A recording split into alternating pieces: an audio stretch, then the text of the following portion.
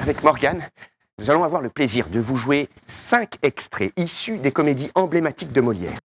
Il va faire sienne cette devise antique, plaire et instruire. En latin, placere et docere. Molière utilise des insultes pour faire rire et non pas pour blesser. Il inverse l'utilisation habituelle des mots, c'est un comique de mots. Ils s'expriment à travers leur corps. Même les mots, c'est le corps, Sébastien. Lucien, oui, enfin, Morgane, il peut y avoir des disputes sans corps, ou plutôt sans coup. Et je te dis, moi, que je veux que tu vives à ma fantaisie et que je ne me suis point mariée avec toi pour souffrir tes freudaines. Laissons là ce chapitre.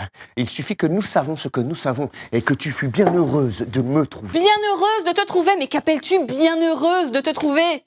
Un homme qui me réduit à l'hôpital, un débauché, un traître qui me mange tout ce que j'ai. Tu as menti. J'en bois une partie.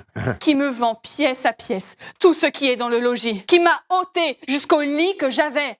Tu t'enlèveras plus ce matin. Et tu prétends, ivrogne, que les choses aillent toujours de même? Ma femme, allons tout doucement s'il vous plaît. Que j'endure éternellement tes insolences et tes débauches? Ne nous emportons point, ma femme. Et que je ne sache pas trouver le moyen de te ranger à ton devoir? Ma femme, vous savez que je n'ai pas l'âme assez bon et que j'ai le bras assez bon. Je me moque de tes menaces. Ma petite femme, votre peau vous démange à votre ordinaire. Je te montrerai bien que je ne te crains nullement. Grogne que tu es! Je vous battrai! Sac à Je vous refais! infâme! Je vous étrierai! Traître! Insolent! Trompeur! Lâche! Coquin! Panda! Il n'y a pas plus stylé que les personnages de Molière. Ils sont énormes, ils débordent ces personnages. C'est ce qu'on appelle le comique de Caractère. caractère, bah ouais, c'est des caricatures. Je vous conseille entre nous de lui choisir un autre mari. Je veux moins que cela soit. Ah, et fille, ne dites pas cela. Comment que je ne dise pas cela? Eh non, On dira ce qu'on voudra, mais je vous dis que je veux qu'elle épouse le médecin que je lui ai trouvé. elle ne le fera pas, vous. Elle le fera ou je la mettrai dans un couvent. Je vous dis que je n'en démordrai point. Bagatelle. Il ne faut point dire bagatelle. Mon Dieu, je vous connais, vous êtes bon naturellement. Je ne suis point bon et je suis méchant quand je veux. Et doucement, doucement, doucement, doucement, monsieur. Mais vous ne songez pas que vous êtes malade. Je vous dis que je veux qu'elle exécute la parole que j'ai donnée. Et moi, je lui défends absolument, n'en fais rien.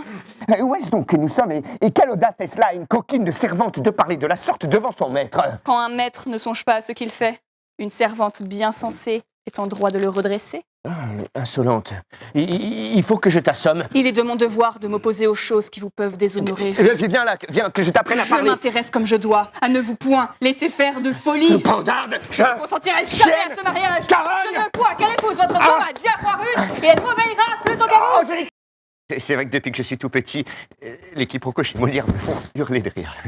Et dans l'Avare, il y a un des quiproquos les plus savoureux de Molière. C'est un quiproquo entre Valère et Harpagon. Vous voyez quelle insolence de vouloir retenir le vol qu'il m'a fait.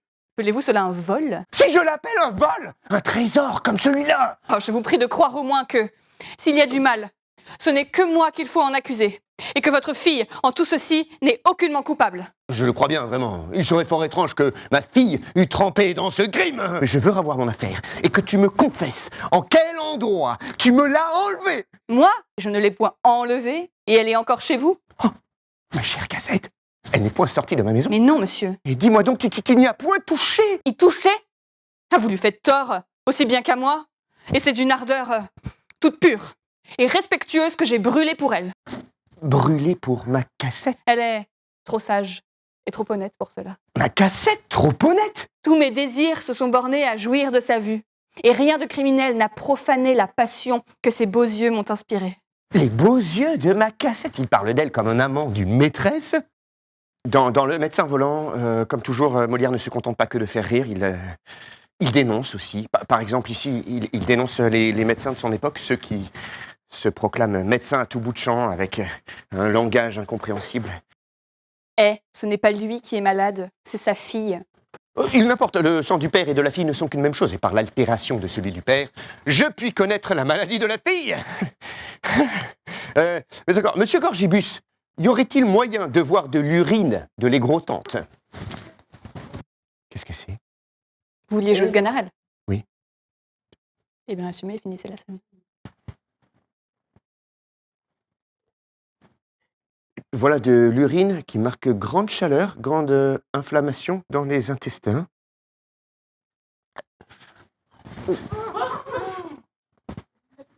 Ne vous étonnez pas de cela, les médecins d'ordinaire se contentent de la regarder, mais moi qui suis un médecin hors du commun, je l'avale, parce qu'avec le goût, j'en discerne bien mieux les causes et les suites de la maladie.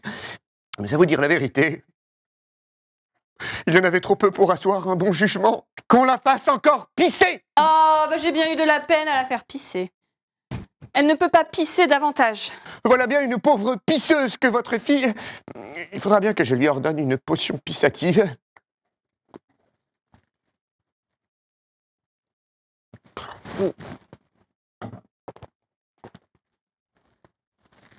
Y aurait-il moyen de voir la malade, monsieur Gorgibus? C'est ça qui est drôle quand on sait qu'un personnage est pris pour un idiot. Quand on est complice de celui ou de celle qui se venge. Le plaisir est alors enfantin. Et communicatif. Vous digérez mal quelque chose, peut-être. Ah non, j'ai pas mangé ce matin. Ah, d'accord. Vous êtes très pâle. Oui. Vous êtes très pâle, vous avez mauvaise mine. Ah. Vous n'avez pas tombé dans les pommes. Allongez-vous 2 secondes. Voilà, je m'occupe du reste. Vous vous souvenez tout à l'heure du malade imaginaire avec Toinette, la nourrice très stylée. Je vous avais prévenu qu'elle allait faire 2-3 dingueries. Et bien, à la scène 10 de l'acte 3, elle se déguise, elle aussi, en médecin. Donnez-moi votre pouls et respirez. Hein? Allez, on se détend, Lucien, ça va aller. Je vois bien que vous ne me connaissez pas encore. Qui est votre médecin? Monsieur Purgon. Cet homme-là n'est point écrit sur mes tablettes entre les grands médecins. Que sentez-vous? Je sens parfois des douleurs de tête. Justement, le poumon. Et il me prend de temps en temps un voile devant les yeux. Le poumon. J'ai quelquefois des maux de cœur. Le poumon. Parfois des lassitudes par tous les membres. Le poumon. Que vous ordonne votre médecin pour votre nourriture?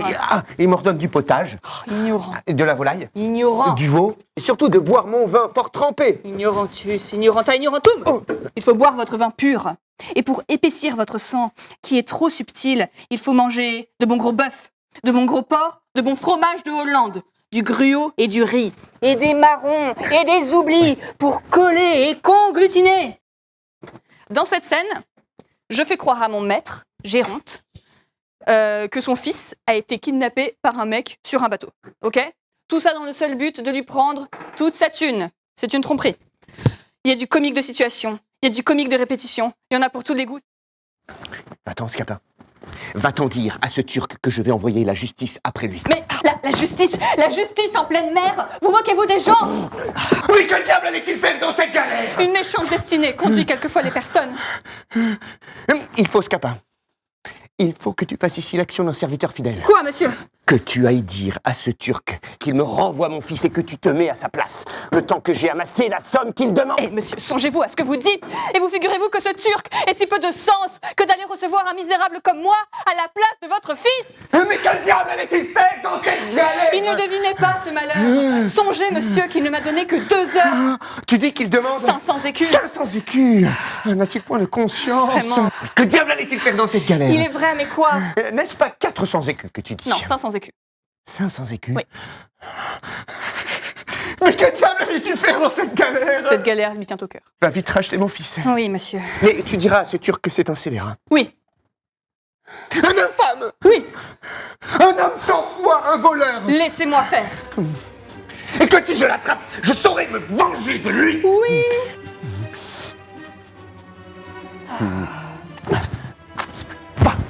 Va vite racheter mon fils. Oh là, monsieur. Où est donc cet argent?